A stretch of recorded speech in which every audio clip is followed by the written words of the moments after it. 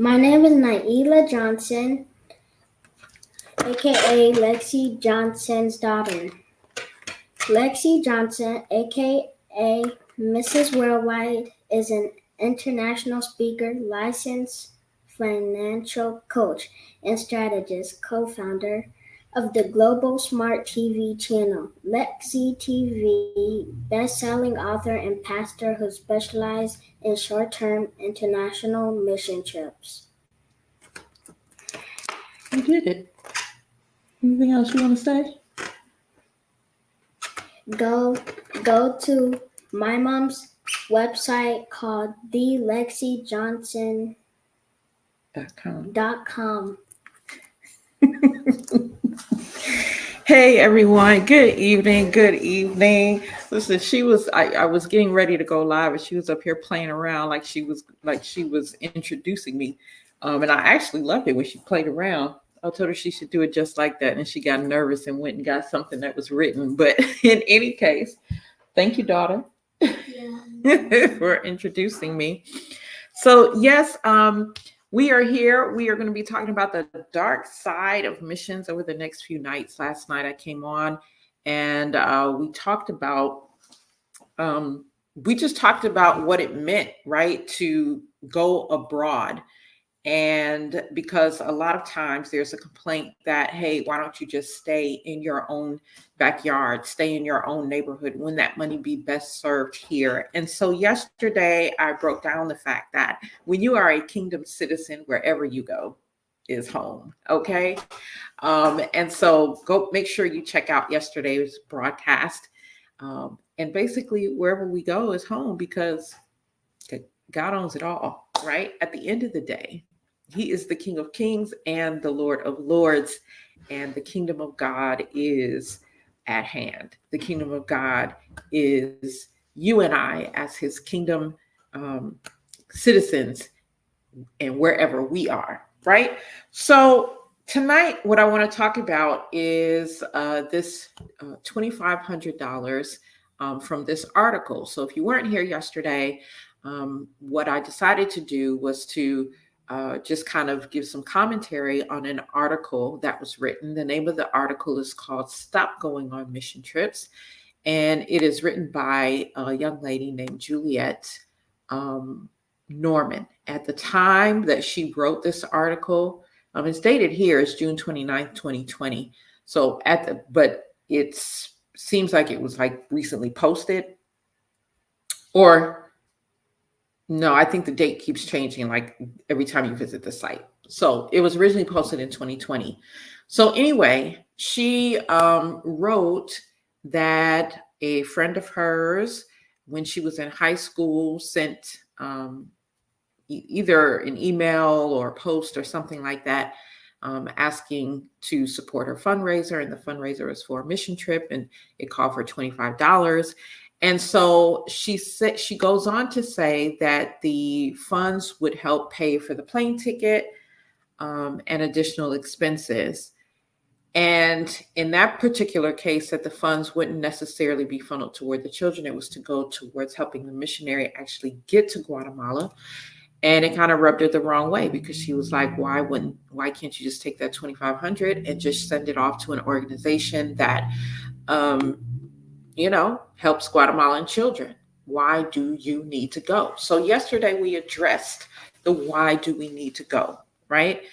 Now, today I want to address, she raised another concern in her article or opinion, because it was an opinion piece.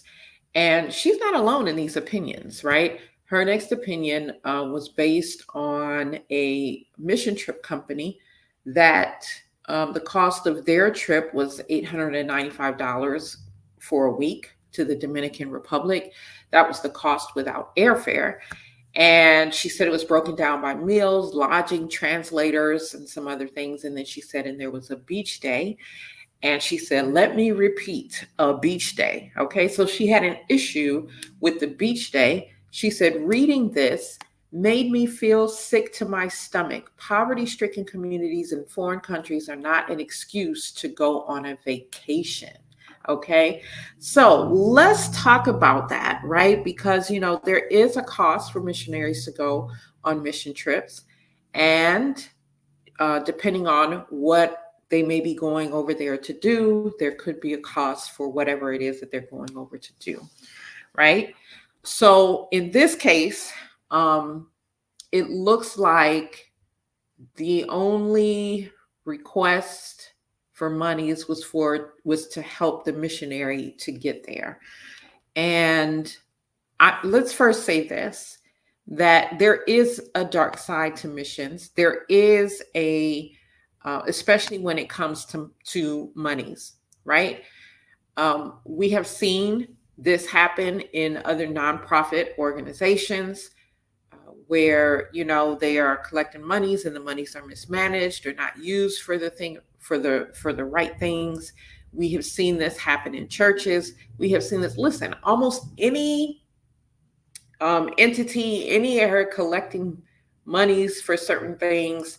As I mentioned yesterday, you have people who will do the right things with those funds, and then you have people who will not do the right things.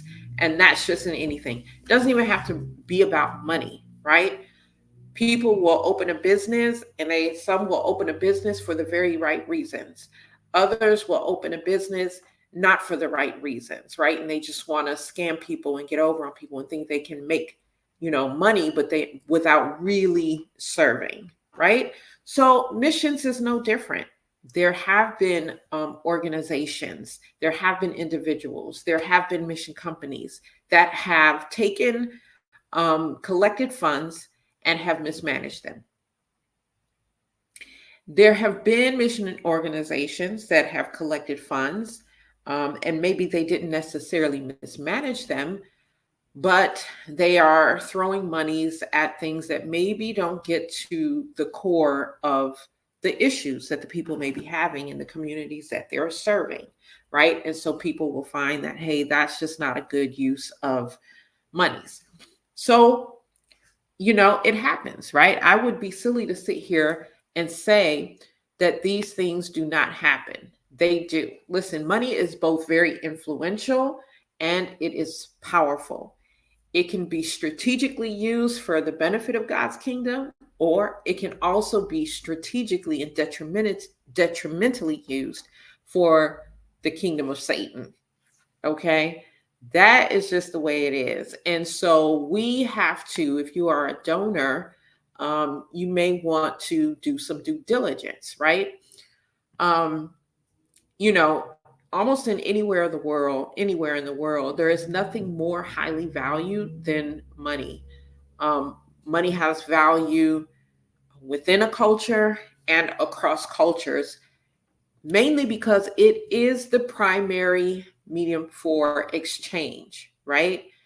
Um, if we need gas and light and water and all of these things, like, we have to pay for it. And typically, how do we pay for it? We pay for it through money.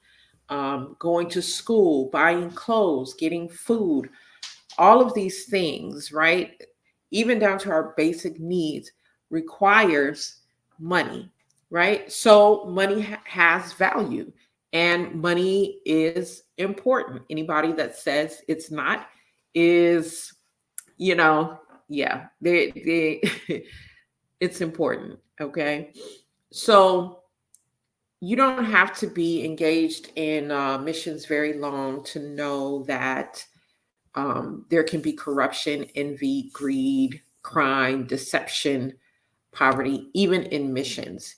Last night, I alluded to a broadcast that Elder Joan and I did when we returned from Kenya about the business of slum walking, right? So the Bible addresses this, and it says that the love of money is the root of all kinds of evil. So what happens is people have a love for money, and when they have a love for money, they will never use it correctly. Okay? Because as kingdom citizens, we are not supposed to have a love for money. Money is a tool. It is a means, again, for exchange. We can do great things with it and all of that. But because of this, then there are controversial and very, contentious things that are going on, and often involves money.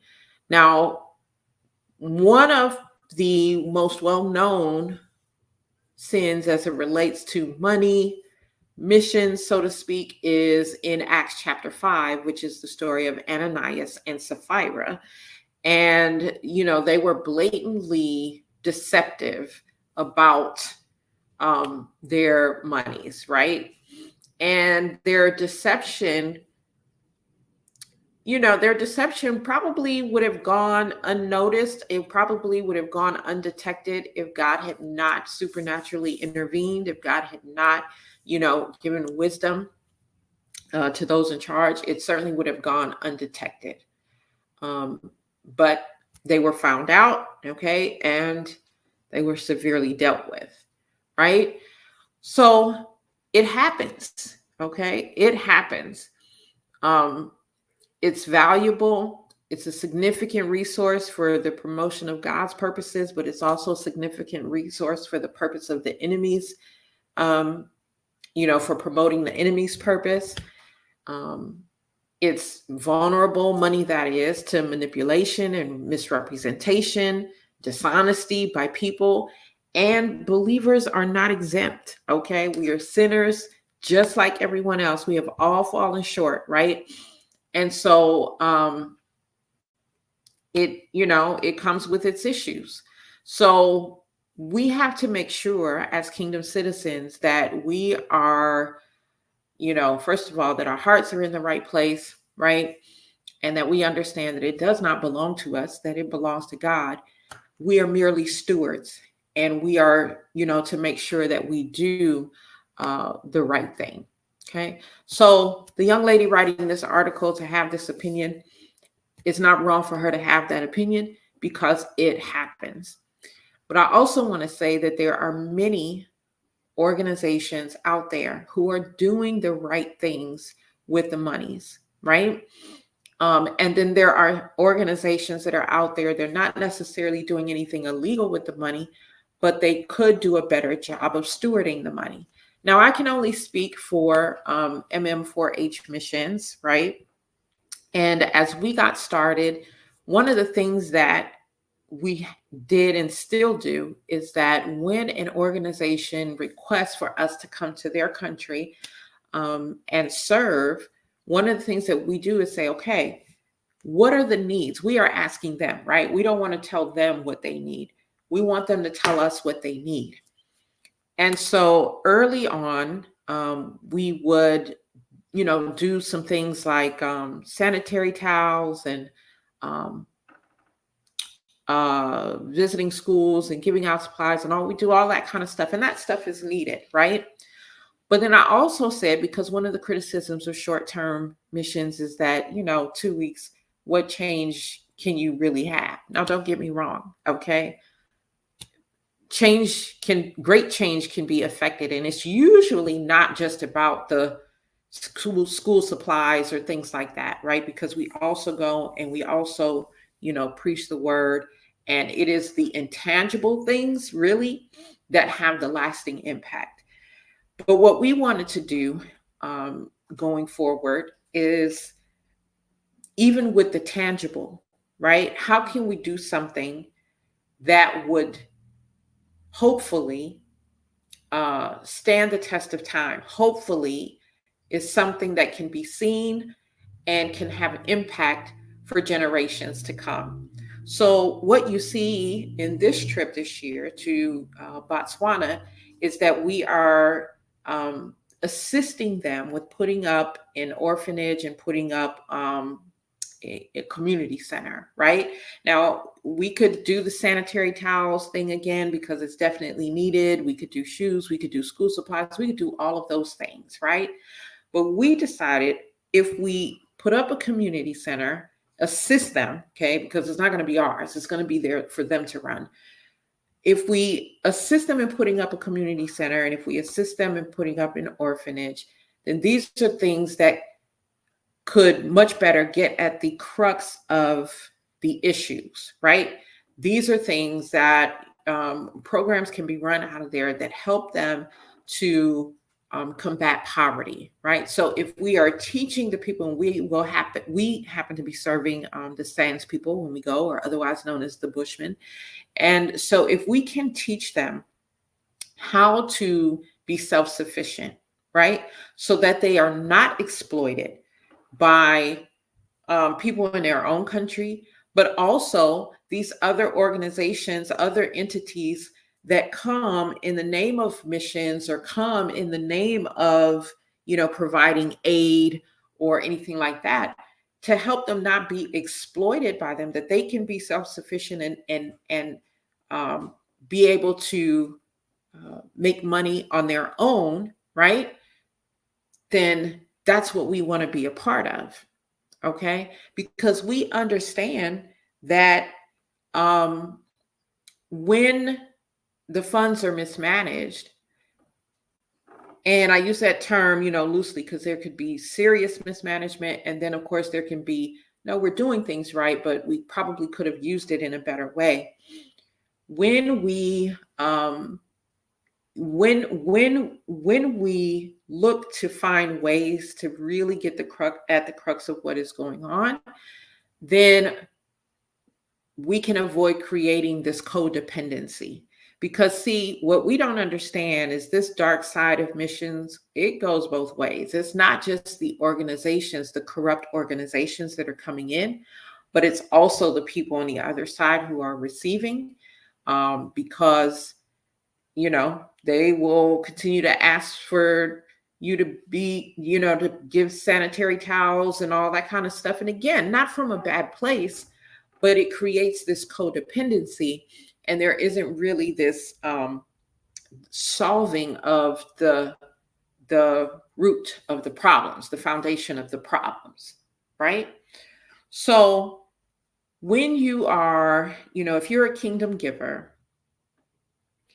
one of the things that we learn as kingdom givers is to be very strategic about how we give. And so therefore, you want to make sure that you are giving to an individual, an organization, a company, an entity that is very strategic about how they are giving, right? And that the giving will affect change. I'm not saying short-term change is not good, because those things are needed, but what else can be done foundationally, right, to get at the root of problems? So the other thing that I want to address in this young lady's article, because she talked about the cost of missionaries to go over there. So yesterday we already addressed why they should go. Okay, so check out yesterday's to see that. So she was saying, like, why pay all that? You could just, just give the money. And, that's not good either, because a lot of people think sometimes you can just throw money at problems. And no, sometimes we need to be there in person, right? So, but anyway, she says that, it was there to cover certain things. So yes, missionaries, their lodging needs to be covered, meals need to be covered. And with MM4H, the missionaries are not required to ask for monies to cover their personal expenses. That's completely up to them if they do or if they don't, but they are not required to, right? And in fact, many of the missionaries through MM4H actually do take care of their own fees. They would prefer that whatever funds that they have coming in are going directly to whatever project that we have going on. But I will tell you this, they need to eat. They do need, to lay their heads somewhere. It doesn't have to be the most luxurious place ever. And in fact, when we are planning, and I'm talking with our team overseas who are doing the work on the ground over there, like, we don't need luxury. We're coming to serve. We're not even going to be in these hotel rooms or wherever we're staying for a long period of time. Literally, every morning we get up early, we hit the ground. We are not coming back in until late that night, right? So we don't need luxurious hotels. And I also share with them that we do not need most luxurious meals. No, we want to eat what the regular people eat every day, right? So if that's just beans and rice every day, we can do that, right? We don't want any special over the top accommodations, okay? We're there to serve. So meals need to be covered, lodging needs to be covered. Yes, translators, um, drivers, all of these things, and all that stuff has to be paid for, right? So that's why there is a cost, right, for missionaries to go. But this young lady in this article, she said that the cost also covered a beach day. Now, I want to say this because that was a week-long trip. And, with MM4H, we usually do 12 to 14 days trip. And I'm going to tell you that the Bible says in Exodus chapter 20, I'm going there because I want to read it, right? In Exodus chapter 20,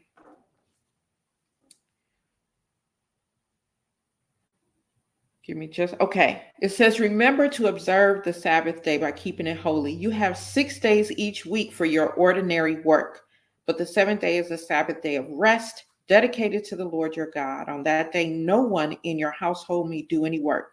This includes you, your sons and your daughters, your male and female servants, your livestock, and any foreigners living among you. For 6 days, the Lord made the heavens, the earth, the sea, and everything in them. But on the seventh day, he rested. That is why the Lord blessed the Sabbath day and set it apart as holy.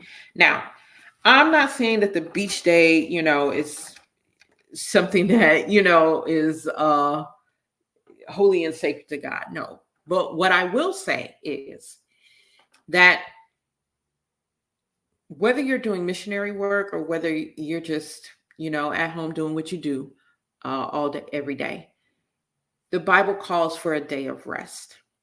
And so people have had issues with missionaries going over to work, and then they get upset when they find a missionary had a day off. Okay. Now, I'm not saying that it has to be a beach day. Okay. But missionaries do need a day off because, again, like I said, they get from early morning. I can only speak for MM4H. We get up, usually you're up 5, 6 in the morning because you got a 7, 8 a.m. start. We're not back till 8. We have to debrief and all of that. So you may not even be into your bedroom till about 10 p.m. Then you've got to settle down and then it starts all over again, right? And so rest is warranted, right? And not because we say so, but because the Bible says so, right? Now, on our rest days, sometimes what we've done is just, gone and walk around kind of a tourist area. Maybe the missionaries might want to get some souvenirs that they, want to take home. Nothing over the top, right? So their rest must be had, right? We don't want people serving themselves to death, right? And not, in order for you to be at your best, you got to take care of yourself, right? And so she was upset because, part of the monies, included that. And so, like I said, the beach day, I don't know, but I'm personally, I'm not necessarily opposed to it. Now, I wouldn't call that a strict observance of the Sabbath. But what I will say is that missionaries do need rest. And the Bible does say that we work 6 days and we rest the seventh. Okay. So anyway, so she had an issue, with monies covering that.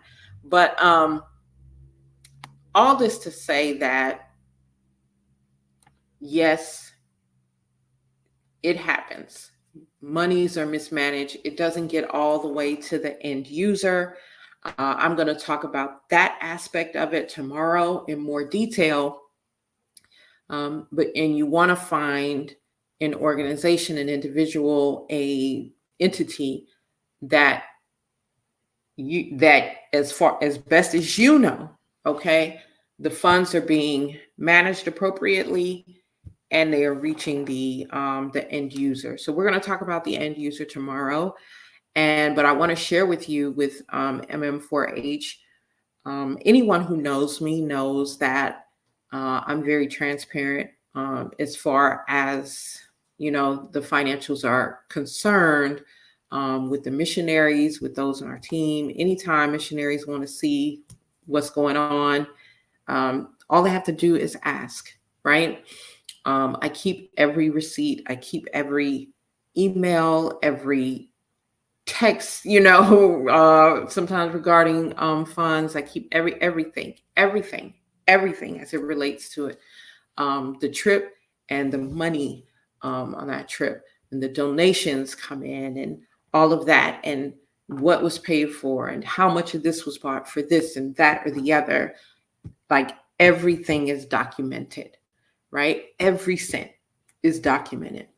And so, because I never want it to be said of MM4H that there is mismanagement of funds. We never want to be found on the dark side of missions, right?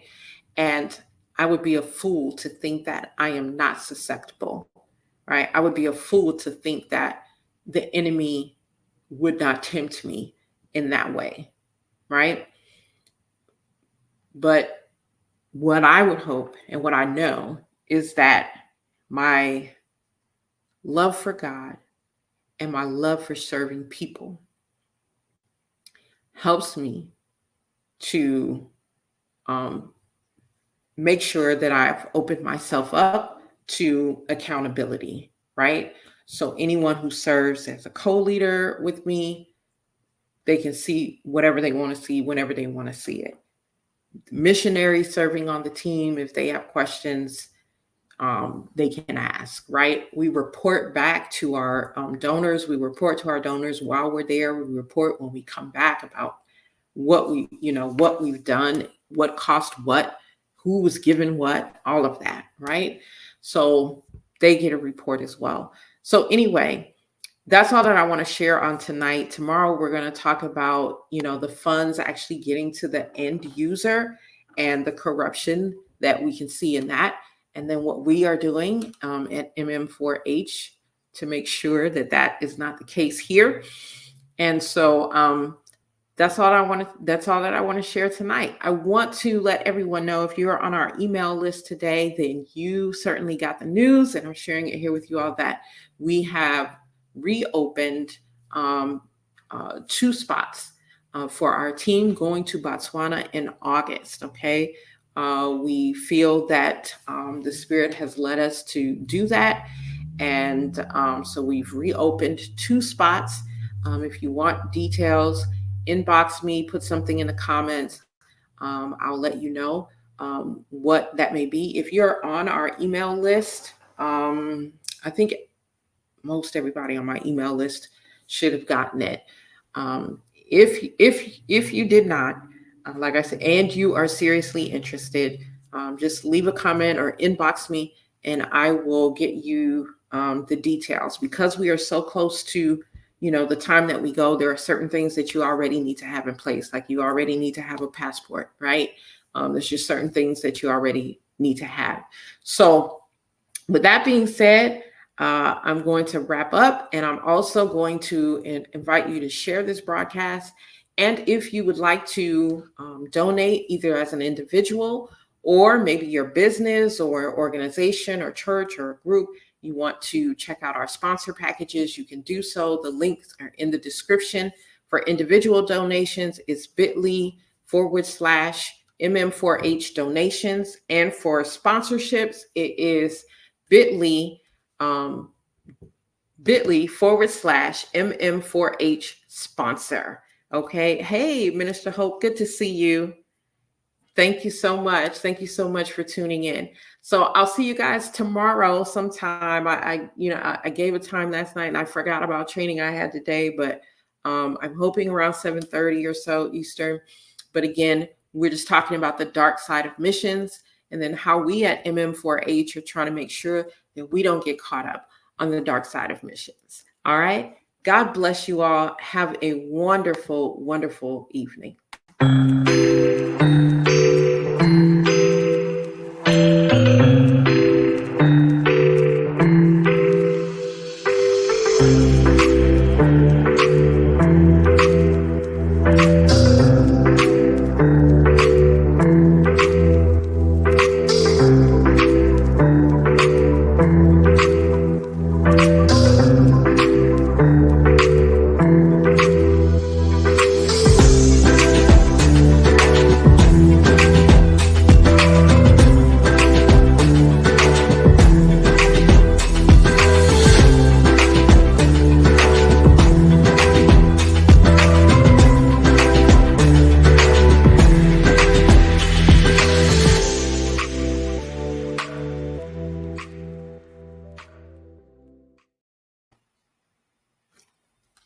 Bye.